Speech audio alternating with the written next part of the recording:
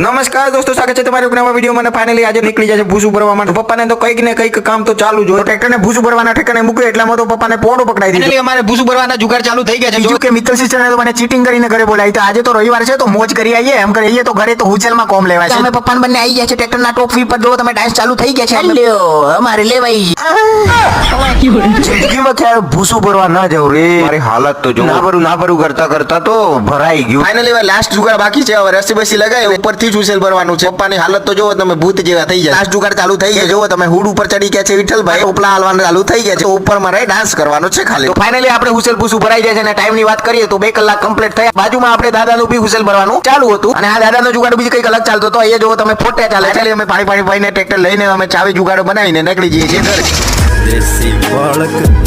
તો finally guys આપણે પહોંચી જઈએ છીએ ઘરે. અને હાઇડ્રોલિંગ નું કામ ચાલુ થઈ ગયું છે. જો તમે ભૂસું કેવું ઉડે છે ને એ તો હવે ખબર પડશે.